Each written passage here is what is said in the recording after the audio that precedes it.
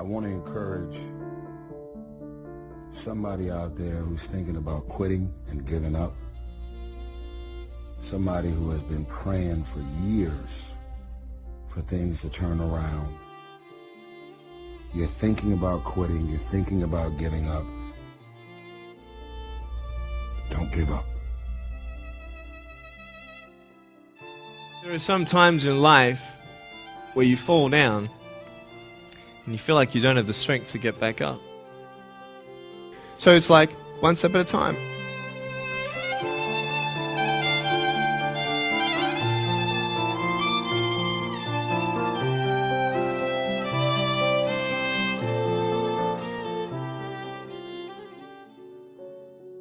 You just want to step out of it, to step out of the whole race, the whole business.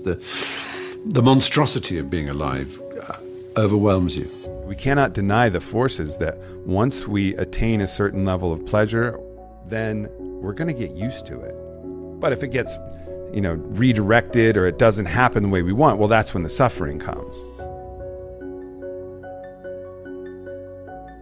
You take steps in this direction, you take steps in that direction, sort of get lost along the way, and sometimes you fall down. But if I fail, I try again and again and again. For as long as I try, there's always that chance of getting up. And it's not the end until you've given up. And just the fact that you're here should persuade you that you have another chance to get back up.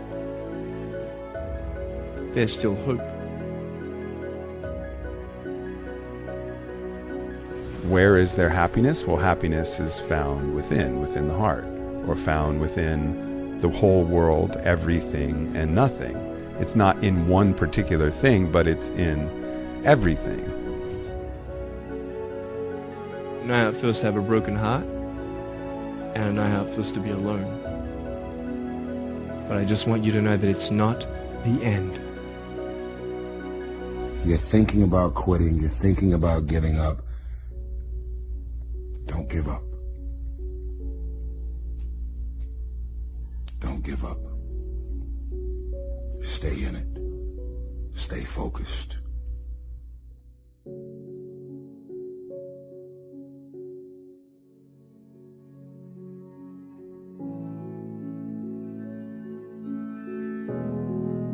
You've got to reevaluate and attack life again, and it's tough, it's hard. It's like being knocked back almost. Even though you're successful, it's like being pushed back again.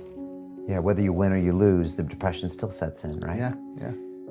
The number of teens, Gen Zers, 20-somethings suffering from depression and anxiety and loneliness.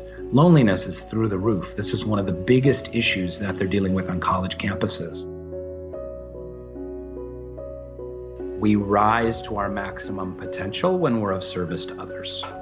Going back to anxiety, going back to depression, going back to loneliness, I truly believe that's the answer. That's the way out of any kind of mental illness. It's like, I want to make myself a better person. I want to make the world a better place. And everything that I'm doing, I've got these two chariots, and I'm going down this road, or I'm going down this road, or I'm going down both together.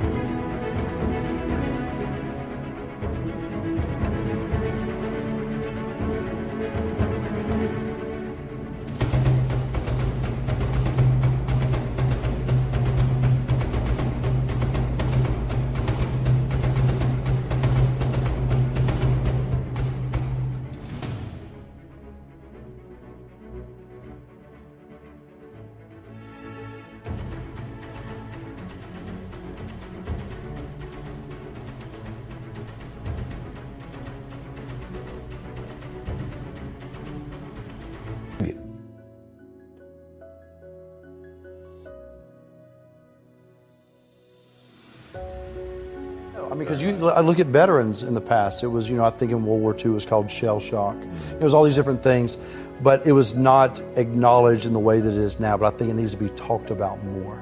I think the more things are talked about, the more comfortable we are, and the more we can understand them. When I woke up one morning and saw that in a tweet that Prince Harry came out talking about his depression, it made me really happy.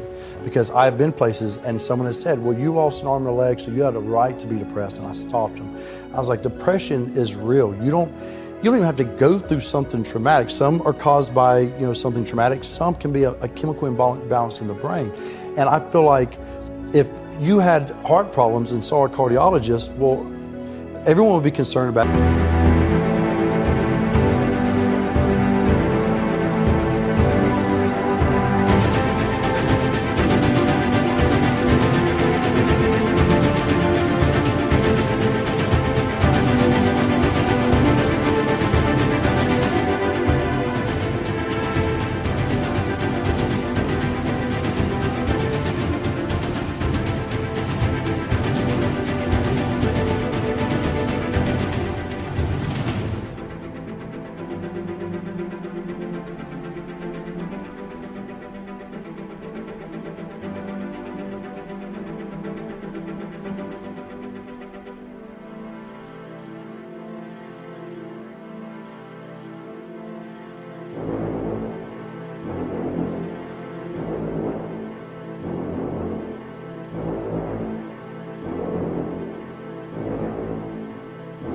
You would know you're doing better, and it would be open and honest with the crew, anybody you work with. Not weird. But the most complicated organ in your body, if you have a problem with it, suddenly we don't want to talk about that. No, and you can get over it.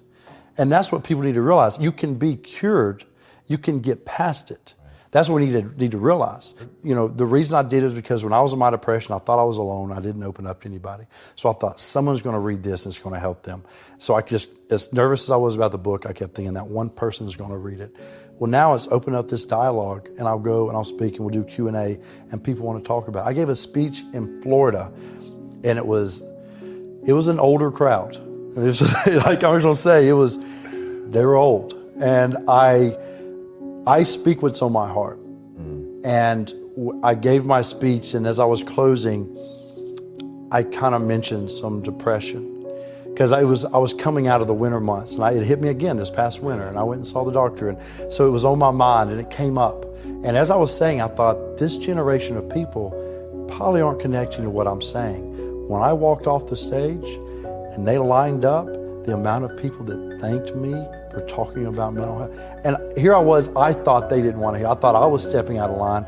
No, it needs to be talked about, because it's not just this generation. It's people are realizing more and more that it's an issue. Right. And the more we talk about it, the easier it is for people to be honest with themselves and get the help they need.